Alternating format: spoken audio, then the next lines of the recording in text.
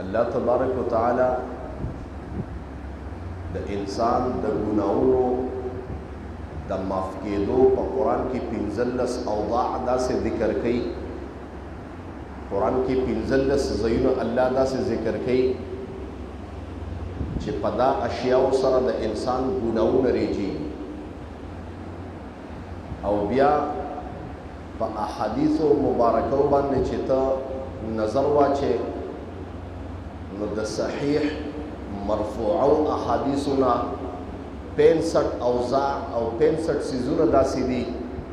چې هغه انسان کوي نو گویا انسان د ګناه نه فارغېږي، ګناه بیا نه کوي. علماء کرام فرمایي ټول چې راجمع شي د دې نه اتیا جوړېږي،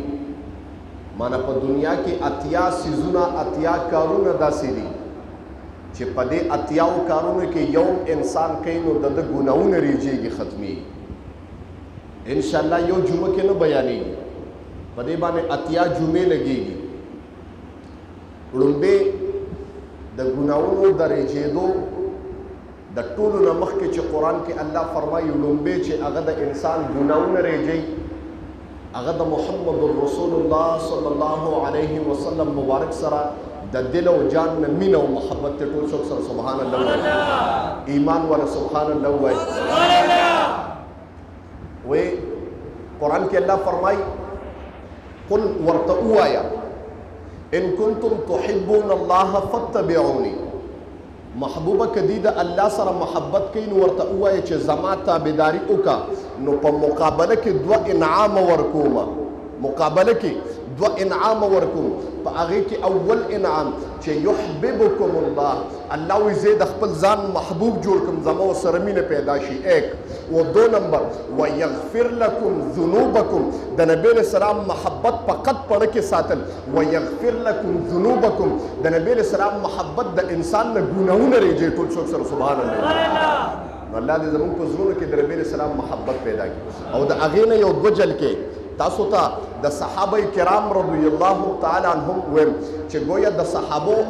محبت، د صحابو مینه، د صحابو الفت و د صحابو ادب داسې و. علماء کرام فرمایي چې هغه معیارو، هغه انتها وه، بس دینه باندې محبت نه کېږي. که د دینه باندې محبت کې د صحابو به د محمد رسول الله سره کړو. تاسو ته یو څو جلکې وې په هغې کې د ټولو نه اول ابو بکر صدیق رضی الله تعالی عنه په مونځ باندې ولاړ دی، په مصلی نبوت باندې ولاړ دی. صحابه کرام رضی الله تعالی عنهم اجمعین ورپسې ولاړ دي. گویا اواز وشو، خوشبویي د محمد رسول الله داسې وه چې صحابو ته به د محمد رسول الله د خوشبویۍ پته لګېده چې نبی علیہ السلام برک شو، صحابو به د پیغمبر په خوشبویۍ پسې ګرځېدل. و زه ناشنا خبره کوم، دا خوشبویي د پیغمبر عام خوشبویي نه وه، دا خوشبویي د پیغمبر د وجود اطهر، د جسم نبوت نه بدله، د پیغمبر د خولو نه، د پیغمبر د وینې نه، د پیغمبر د بول متیازو نه به خوشبویي خطا. د هغې م یو واقعه ویم،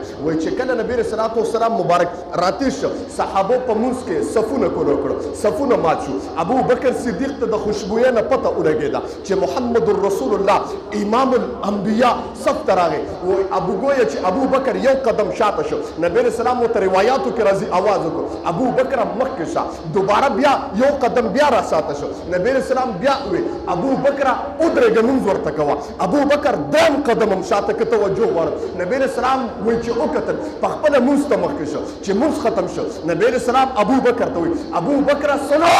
وایي ما خو قسم دې تا ته امر اجازه کړې وه چې مونږ وکړه. هغه وایي د الله رسول جملې ته توجه شه، وایي د ابو قحافه څه مجال چې د امام الانبیاء مخکې به امامت کوي. ټول څوک سره سبحان الله.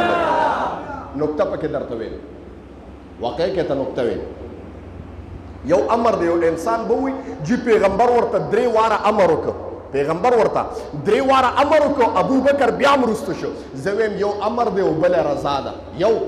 امر دی او بل رضا ده. ته په امر او رضا کې فرق نشي کولی. مثال ویم اوس زیشان وایي قاري صاحب ما ته اجازت ته زه لاړ شم، زه ویم او لاړ شه ما اجازه ورکړه، لیکن زه ورپسې مخکې ځم، ما نه تپوس وکړه چې زما رضا څه ده، زه تا له اجازه درکوم که پرېږدم دی. بل مثال ویم قرآن کې الله فرمایي یا احادیثو د صحیح روایاتو نه ثابت دي چې طلاق ورکول ښځې له جایز دي، جایز کار دی. لیکن نبی علیہ السلام فرمایي چې ابغض الحلال عند الله الطلاق،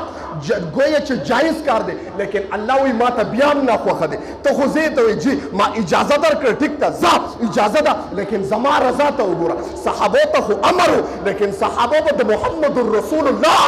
رضا ته کتل ټول څوک سره سبحان الله نو زه امر یو شی دی او رضا بل شی دی امر یو شی دی هغې د محمد رسول الله په رضا باندې خپله رضا قربان کړې وه ابو بصیر رضی الله تعالی عنه یو صحابي دی د الله رسوله جی تا سره مې د دل او جان نه مینه ده د الله رسوله مین یم در باندې د الله رسوله محبت مې د سره قسم دی دلته زه پېښور ته یو پروګرام نه لاړم عکس دلته دی اډې دی دلته ډېر بس چلولی دی خو اوس اوسئ چې ته زما بیانونه کتلي دي او بیان نه ګوریم پالج والے د پخپو باندې توفیل ته پته رنته زه هغه بیمار پرسیلم بیا ورغلی چې زه ولیدم په مخ یې ښکور کړم ما ته قاري صاحب قسم دی بې انتها مینه مې د سره ټول څوک سره سبحان الله وایي ستا داسې خلک چې علماو سره مینه ده ستا بیان نه ګورم تا باندې عاشق یم خو ته رانه خفه نه شي تا ته زه یم داسې نو هغې به ورته وي د الله رسوله تا باندې عاشق یم نو نبي اسلام ورته مسکی شي عشق چې حلالي نو جایز دی محبت چې حلالي نو جایز دی هلکه محبت چې د خپلې ښځې سره نو جایز دی که عام ګرل فرینډ وه نو دا بیا ناروا دی جي ګورې ښه یاره جي زما خو ورسره پاکه مینه ده او پاکه مینه ده دې مثال د خنزیر دی یو انسان وایي جي ماله یو پاک خنزیر راوله نو په خنزیرانو کې پاک نشته په خنزیرانو کې پاک نشته خنزیران ټول پلیت دي که یو انسان د غیر محرم سره پاکه مینه کوي نو په هغې کې پاکه نشته حرامه ده توجه غواړم ډېره حرامه ده جي ښه نو نبی اسلام مبارک ته وایي د الله رسوله ډېره مینه مې در سره ډېر محبت مې در سره او مین یم در باندې جي نبی اسلام ورته مسکی شوي سوچ پې وکړه توجه غواړم ډېره ستاسو اوس موږ هم چې په نبی اسلام مین یو که نه ما مخکې جمعه کې بیان کړی د نبی اسلام په محبت باندې هغه د مینې او د عشق خبره کوم الحمدلله ثم الحمدلله چې داسې افراد شته چې په هغه بیان باندې الحمدلله ډېرو خلکو ګیره پرېښوده ټول څوک سره سبحان الله ووایي هغه محبت و زنده مثال یې تاسو ته بشیر ښکاره کېږي بشیر شته یا داسې دوه درې نور افراد دي چې ګیره یې پرېښې ده الحمدلله او چې چا اراده نه کړې اراده مو کوي جي تاسو ته یو خبره کوم اوس چې چا اراده نه کړې بشیر خبره کوله وایي ګیره خو ټولو پرېښوده خو جي برش یې ته جوړ کړی دی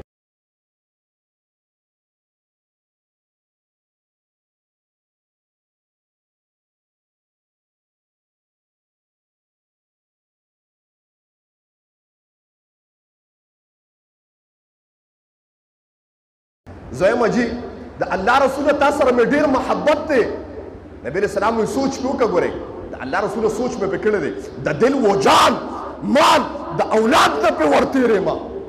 نبی اسلام وایي ښه نبی اسلام ورته جمله وفرمایله توجه غواړم نبی اسلام جمله وفرمایله صحابي توجه شه چې زما د پیغمبر سره د مینه او محبت دی نو مصیبتونو ته داسې ټینګ شه لکه څنګه چې اوبه د بره نه په ښکته په درس سره را روانې ګورې ښه یو انسان دې دا نه وایي تاسو ته یو جمله ویم یو انسان دې دا نه وایي چې ما ګناه وکړه زنا مې وکړه بدکاري مې وکړه غلا مې وکړه او د هغې باوجود ما ته رزق میلاویږي نو په دې پسې م تاسو ته یو خبره کوم چې دا رزق درته میلاویږي نو په خپل ایمان ویرېږه چیرې چې زه خدای لا رانیولې نه یم و د الله رسوله ورتېرم پې جي نبی اسلام چې ورته دا جمله وفرمایله توجه غواړم وایي یو پیره د ابو بصیر رضی الله تعالی عنه قید شو قید کې ګیر شو او نبی اسلام معاهده څنګه کړې وه د کافرانو سره کافرانو ته وی چې په مکه مکرمه کې کوم مسلمانان قید شو و مدینې ته وتښتېدل تاسو پسې راتلی شئ واپس یې بوتلی شئ او که چېرته کافران د مدینې منورې نه در وتښتېده نو زه یې دننه غواړم تښتېدلی به معاهده وه عجیبه معاهده وه دا ابو بصیر په مکه مکرمه کې قید و ټوله ورځ به د ابو بصیر نه وینې به یې دی په زنځیرانو باندې تړلی و مری ته یې ونه توک اچولی و خپو ته یې ونه زنځیران اچولی و لاسونو ته یې زنځیران اچولی و او زه ویم هغه په ایمان او په دغه باندې داسې قوي او مضبوط ایمان و نبی اسلام ما ته جمله ویلې ده چې زما مینه د سره شوه نو ابو بصیره گویا تا باندې به طوفانونه تا باندې به مصیبتونه تا باندې به بلاګانې تا باندې به دردونه تا باندې به تکالیف داسې راځي لکه اوبه چې د بره نه په ښکته را روانې ما د محمد رسول الله په جمله باندې ایمان دی چې قسم دی د محمد رسول الله اواز دروغ نشي کېدی توجه غواړم دا ابو بصیر وتښتېده ګویا تنګ شو مدینې منورې ته راوتښتېده په لاره باندې توجه غواړم په لاره باندې دا ابو بصیر چې وکتل نبی علیه صلات وسلام مبارک ناستې مخام دا ابو بصیر ګویا په خپو کې بیړۍ دي وینې بهیږي په کومه لار چې ابو بصیر روان دی هغه لار د وینو نه ډکه ده وینې ترې بهیږي نبی علیه السلام چې ابو بصیر ولیده وایي قسم دی د محمد رسول الله په رخسار باندې ګویا چې اوښکې بهېدې زما محترم نبی علیه السلام ژړل سترګو نه اوښکې بهېدې نبی علیہ الصلوۃ والسلام مبارک چې څنګه را نږدې کو ځان ته ورپسې شاته کافران ناله وویني ورته وی د الله رسوله ته په حق پیغمبر او موږ سره د وعده کړی ده چې ستاسو قیدیان د مکې نه مدینې ته راوتښتي نو واپس به وګورو وعده ده. نو نبی علیہ الصلوۃ والسلام مبارک لا سینې ته جمع کړی نه دی. توجه غواړم چې انسان د مکې نه مدینې ته ځي حاجیانو عمرو والا ته پته ده چې څومره لار ده. حاجیانو عمرو والا ته پته چې څومره لار ده. مزل وکړه ما وی ابو بصیر چې په کومه لار ته بیړۍ خپو کې وینې ته بهیدې. نبی علیہ السلام ابو بصیر ته وی در بخلې مې د بوزې زه د محمد رسول الله گویا د مسلمان المرء یوخذ باقراره. په مسلمان کې خو جبه ده چې جبه ته اخوا کنه خو مسلمان نشه. موږ څونه وعده ماتو په دنیا کې. نبی علیہ السلام وی دا زبان عام زبان نه دی دا د نبوت زبان دی. دا ابو بصیر بوزا ابو بصیر محمد رسول الله د پاره د مکې نه مدینې ته سفر کړی دی گویا چې په خپو کې بیړۍ دی او دا غاړه نه ده ملو شي. نبوت والا رخسار ارید فقط چې واپس کېده ابو بصیر شاته شاته کتل ماوی د ابو بصیر گویا چې د ابو بصیر د بدن نه وینې بهیدې او د سترګو نه اوښکې بهیدې. کله چې ابو بصیر واپس کېده نبی علیہ السلام مبارک ورته ابو بصیر خفه کېږم ما پیغمبر ګورې وعده کړې ده خو یاد ساته تر مرګ نه مخکې به زما یو چیټۍ تا نه درځي. توجه غواړم ډېره زما چیټۍ به درځي د هغې نه مخکې به نه ورکړي.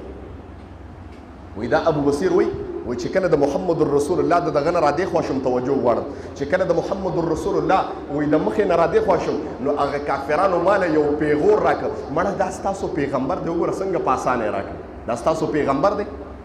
نو او ته جواب کې څه وایي توجه غواړم ایمان خبره کوم نن که تا د مقتدي سره په خیر ونه کړو نو بیا د مقتدي خفه یاره جي استاد یې را باندې ځان شپېلې کو مسکو ته پته نشته چې استاد یې لیدلی نه دی بیا استاد سره بغوزي چې نه مې لګي د دې استاد سره ولې نه یاره استاد زما سلام نه دی اخیستی ځکه مې ورسره نه لګي. استاد ستا سلامونو ته ناست دا د استاد تپوس کړی دی چې استاد دلته څنګه زمانه تېروي بره ته چې ته استاد د کمرې ته راختلی چې ستا دا استاد 5 وخت تا ته دلته په جومات کې ناست دی د هغه خو بله وسیله او ذریعه نشته تا ته جومات کې ناست دی دې دپاره چې تا ته لمونځ پړو کړي تا ته قرآن وښیي تا ته دین وښیي تا ته مسله وکړي او بیا بره جومات کې ناست په دې تمه باندې چې یو مقتدي به راشي ما نه به د مسلې تپوس وکړي او ته بیا بار دا خبرې کوې ځکه تا سره خو وخت نشته که نه تا سره خو په خپله وخت نشته او استاد درته پاره ښکاره کوي یاره چې استاد را باندې ځان شپېرې کړی دی بیا مې ورسره نه لګي. اوس ایمان والا خبره کوم ابو بصیر ته څه وایي وایي دا ستا څنګه پیغمبر و چې ځان یې در باندې ناغرضه کړ. ابو بصیر ورته وایي قسم د ایمان خو مې ایمان خو زما مخکې نه په محمد رسول الله ایمان لیکن ایمان مې نورم قوي شو کله چې محمد رسول الله تاسو ته حواله کړم چې ابو بصیره زه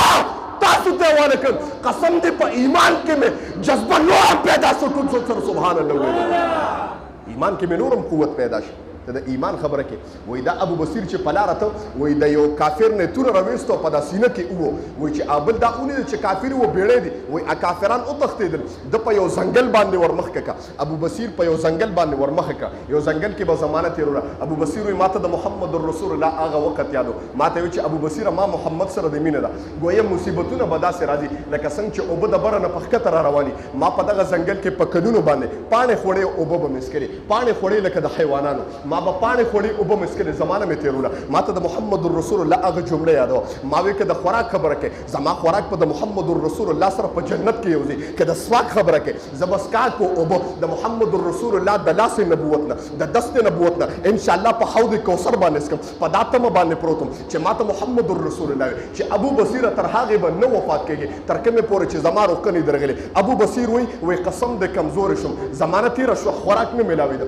د زنکدن په بستره باندې سملاسه ما ته صحابو کلمې ویله ځکه نور صحابه چې به تنګ شو مدینې منورې ته تللی نه شو او مکه کې پې ظلمونه کېدل زما خواله به راتښتېدل اوږده واقعه ده مختصر کوم وایي چې زما کله د زنکدن وخت راغی نو ما ته ملګرو کلمه وي توجه غواړم ما ته ملګرو کلمه وي ما ورته ویې دونه په اسانه چته مرم زما محمد رسول الله صلی الله علیه وسلم ما ته یو جمله ویله چې ابو بصیره تر هغې پورې به نه وفات کېږي تر کومې پورې چې زما د محمد رسول الله کوروکه نه درغی. دغه ټایم کې چې وفات کېده 2 صحابه کرام راله 2 صحابه کرام راله یو رقیه راوړه یو نښه یې راوړه په هغې کې ابو بصیر ته نبي علیه الصلاة والسلام مبارکبادي پیش کړی دی او په هغه رقه کې نبي علیه الصلاة والسلام ابو بصیر ته د جنت ټکټ په انعام کې ورکړی دی ټول څوک سره سبحان الله.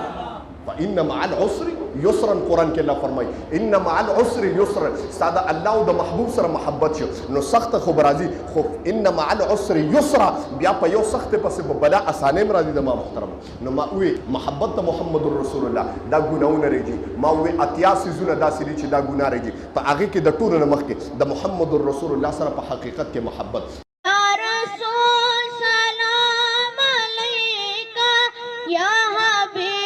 سلام علیکہ صلوات